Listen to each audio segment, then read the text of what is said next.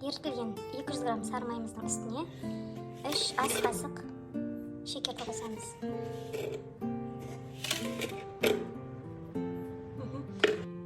Оның үстіне 3 ас қасық қаймағымызды қосамыз.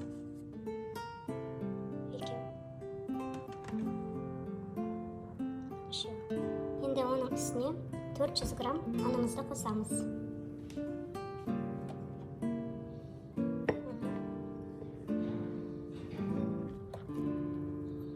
Осы массаны біріккенше қамыр қылып біріктіріп илеп қоямыз.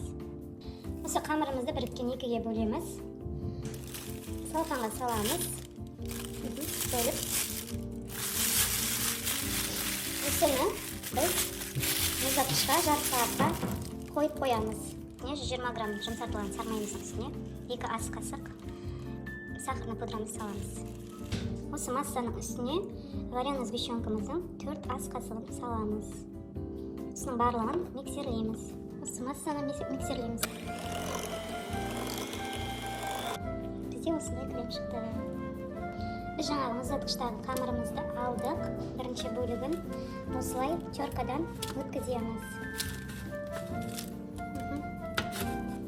Қамырымыздың бір бөлігін осылай теркамен өткізіп, противенімізге салып, енді осы противенді духовкамызға 180 градусқа 15-20 минутқа қызартып пісіріп аламыз.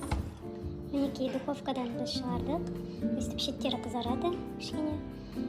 Осылай пісіріп аламыз бірінші бөлігін. Екінші бөлігін дайындап қойдым. Қазір саламын. Бірінші бөлігі осылай шықты. Екінші бөлігін духовкамызға саламыз. Қызып тұрған пешімізге саламыз. 15-20 минутқа қойдық.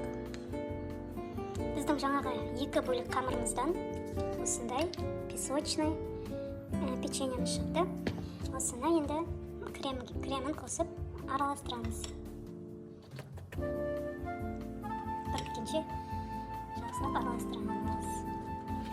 Печеньемізді сгущенкамен араластырдық креммен.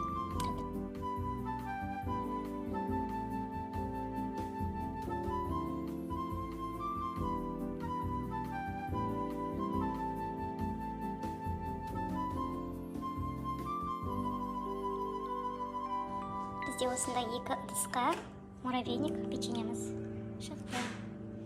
Өте дәмді.